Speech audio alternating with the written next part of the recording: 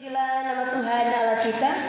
Bapak Mama Saudara orang beriman yang sangat diberkati oleh Tuhan Yesus Kristus. Shalom.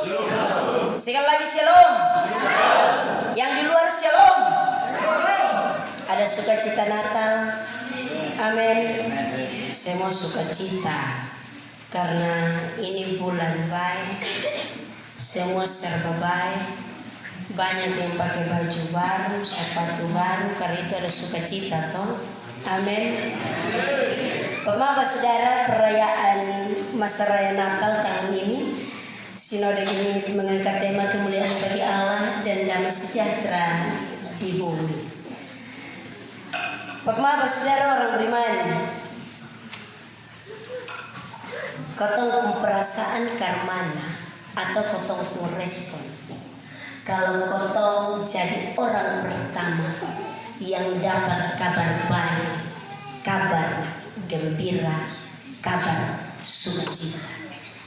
Kira-kira kotong perasaan karmana. Bapak Obed? Senang. Bapak tenang? Senang. Bapak Billy? Senang. Bapak Billy? Kaget dan sulit percaya. Ini sudah ada opsi lain lagi. Beta tanya di bapak-bapak karena sekarang mama-mama duduk di belakang, bapak-bapak yang di depan.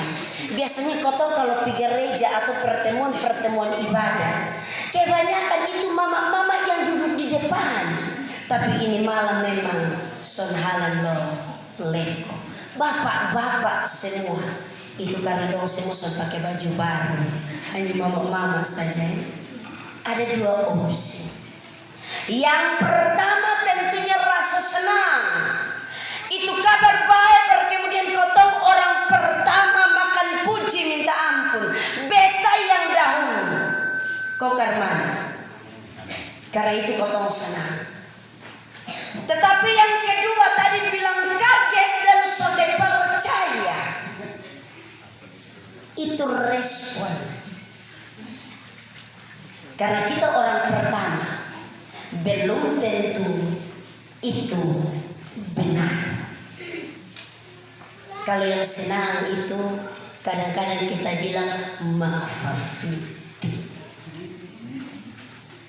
Karena baru dengar kabar angin saja senang, isu-isu saja senang. Baru sebentar dapat kuah kosong, mutninat lo pas.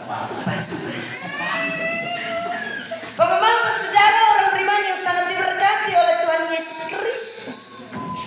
Omong soal dapat kabar pertama dan kemudian membawa suasana hati dan kemudian memberikan respon, itu terjadi ketika waktu Yesus lahir. Kata firman Tuhan ini bapak-bapak saudara orang beriman, para gembala sementara ada di daerah itu, ada gembala-gembala yang tinggal di padang menjaga kawanan ternak mereka di waktu malam. Tiba-tiba berdirilah seorang malaikat Tuhan di dekat mereka dan kemuliaan Tuhan bersinar meliputi mereka. Mereka sangat ketakutan.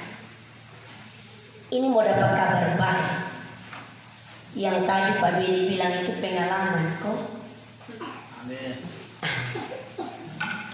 Mereka sangat ketakutan.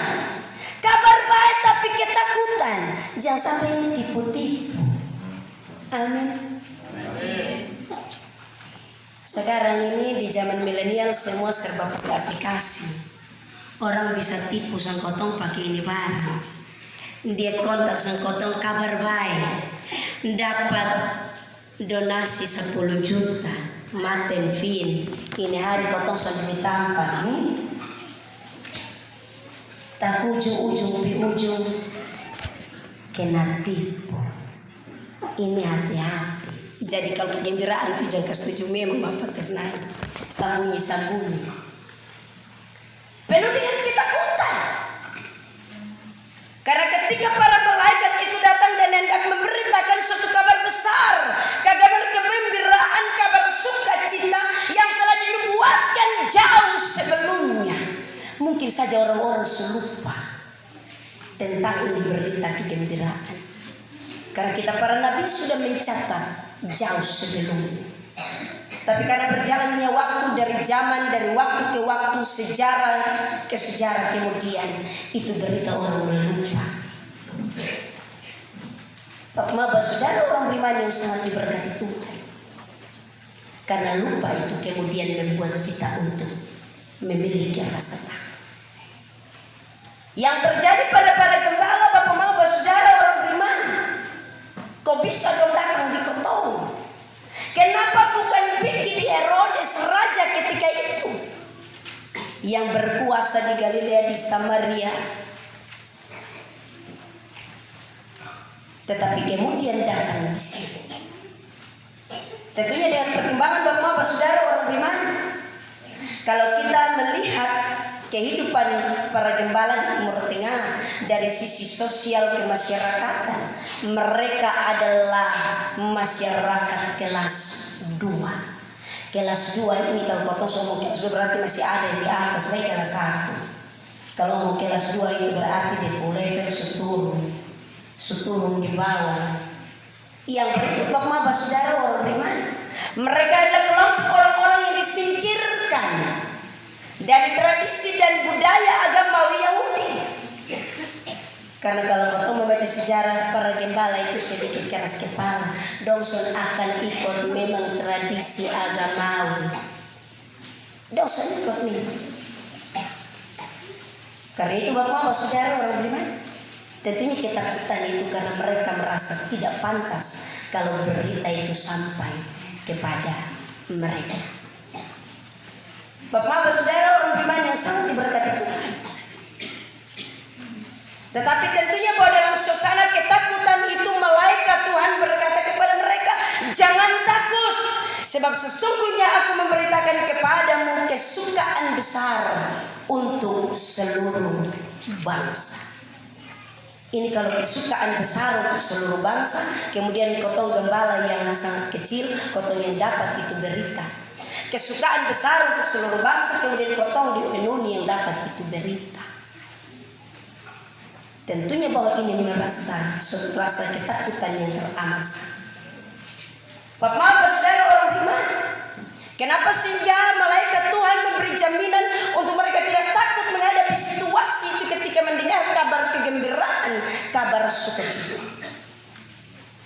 Karena memang benar bahwa Allah merendahkan dirinya, datang dari sorga yang tinggi penuh dengan kemuliaan, dan kemudian turun di tengah-tengah kehidupan manusia yang hina karena dosa.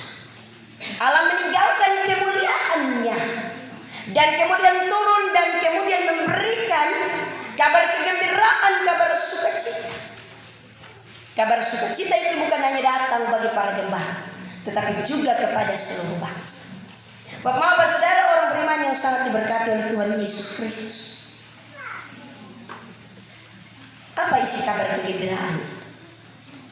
Kabar kegembiraan itu adalah bahwa hari ini telah lahir bagimu juru selamat, yaitu Kristus Tuhan di kota Daud. Kalau seandainya benar bahwa waktu itu terjadi dan kota orang pertama yang mendapatkan kabar itu, maka kalau yang mulut ember, mulut fiber, dia sejalan cerita kali ini kobeta yang pertama. Kabar kesukaan besar itu isinya, hari ini telah lahir bagimu juru selamat, yaitu Kristus Tuhan di kota Daud. Yang menarik Bapak saudara, orang beriman yang sangat diberkati oleh Tuhan Yesus Kristus, dari kedatangan para gembala yang memberikan kabar kesukaan besar itu, ada beberapa hal yang menjadi catatan. Yang pertama Bapak saudara, berita itu berisi tentang kabar baik. Pada bagian pasal yang ke-10 ayat yang ke-10 dari bagian firman Tuhan ini, di sana disampaikan, jangan takut sebab sesungguhnya aku memberitakan kepadamu kesukaan besar. Kesukaan besar sama juga dengan kabar baik, kabar gembira. Tetapi dalam bagian firman Tuhan ini Bapak saudara, orang beriman mau menunjukkan suatu luapan kegembiraan yang bukan biasa-biasa saja, tetapi luapan kegembiraan besar. Sehingga jangan heran kalau orang mau Natal ini dia pengeluapan kegembiraan beda dengan bulan yang lain, dengan hari-hari lain. Luapan kegembiraan itu Bapak Mama kalau kotong jalan ketemu menjelang Natal di pasar Impres itu kotong sampai batas sese, itu luapan kegembiraan. Batawar sini sana itu luapan kegembiraan. Ini baju berapa Mbak? Kurang sedikit dong. Dalam satu hari itu mungkin itu Mbak dong terima tawar menawar itu baju, itu mungkin ada sekitar belasan sampai puluhan orang. Itu kabar kegembiraan. Kabar kegembiraan itu jangan heran karena waktu Natal orang akan ganti pakaian baru. Orang akan pakai sepatu baru. Orang akan membuat suasananya lebih indah dan meriah. Menjelang Natal Bapak Mama yang ada dari Kupang berdatang dengan Noni kok anak Cikernai ada sudah luar. Luapan kegembiraan baru-baru menjelang Natal sepanjang jalan Bapak Mama dari kan depan kantor gubernur orang pasang pohon Natal berjejer pulau-pulau berjejer. Itu luapan kegembiraan. Beta lihat di postingan pemuda jemaat Immanuel Oita Musa. Dong pasang pohon Natal berjejer sepanjang jalan. Luapan kegembiraan, luapan sukacita. Karena itu Bapak Saudara orang beriman, kabar kegembiraan ini perlu diresponi. Terkadang kotong hanya melihat dari posisi finansialnya, dari kotong posisi penampilan dan seterusnya. Tetapi bagaimana meresponi ini? Mari kita melanjutkan bagian firman Tuhan. Kenapa sehingga para gembala meresponi dengan begitu luar biasa Bapak Saudara orang beriman? Yang kedua, bahwa kabar kegembiraan itu berisi keselamatan yang besar. Dia bukan hanya omong soal para gembala di padang Efrata, tetapi dia omong soal seluruh bangsa. Suatu berita yang sangat luas. Sekarang ini kotong semua yang pakai HP, handphone atau telepon seluler. Dulu kotong bilang telegram, kalau telegram nanti 1 hari 2 hari dulu baru sampai. Telegram itu begitu kok RSPD kau kemudian kotong dapat di pemberita. Tetapi sekarang ini bukan 1 kali 24 jam, 1 kali 1 menit kotong bisa dapat di kabar berita. Itu berarti orang bilang dunia itu tak selebar daun kelor. Semua orang bisa dapat tipu kabar berita. Berbeda ketika Yesus lahir. Kabar kesukaan besar itu untuk seluruh bangsa. Tetapi kemuliaan Allah itu datang di tengah-tengah para gembala yang rendah. Supaya di sana Bapak Saudara orang beriman, hanya kemuliaan Allah saja yang dinyatakan. Bukan karena keinginan dan kekuatan kemampuan manusia, tetapi Allah yang ditonjolkan di sana. Kabar itu menunjukkan ada keselamatan bagi seluruh bangsa. Bukan hanya kepada orang per orang, tetapi kepada semua orang kabar kesukaan besar itu datang. Yang ketiga Bapak Saudara orang beriman, kabar kesukaan besar itu berisi tentang damai sejahtera. Allah bukan hanya omong soal di kemuliaan yang ada di surga, tetapi dia tahu bahwa kalau mau ada sejahtera di bumi, maka dia pun kemuliaan harus turun dari surga. Karena itu dia harus turun dari surga supaya kita manusia memperoleh damai sejahtera. Tetapi dalam bagian firman Tuhan ini Bapak Saudara orang beriman, dia bilang hanya kepada manusia yang berkenan kepadanya. Damai sejahtera itu hanya turun kepada orang-orang yang berkenan kepadanya. Hati-hati, karena tidak kepada semua orang. Kotong semua bisa dapat itu kabar baik, tetapi yang ada damai sejahtera pasti hanya 1-2 orang. Amin. Beta omong begini karena menjelang Natal ini mama-mama itu merasa sejahtera, tetapi yang sudah sejahtera itu ada di bapak-bapak tuh. Amin. Sampai dong kanker semua, kantong kere. Kok dia bikin nota belanja ini mulai dari Baju, sepatu, lipstik, bedak, toples, isi kue, semua dibikin habis. Ini malam ini pasti ame dari bapak-bapak punya toh. Mama sih ada damai sejahtera, tapi bapak-bapak dia kekurangan damai sejahtera.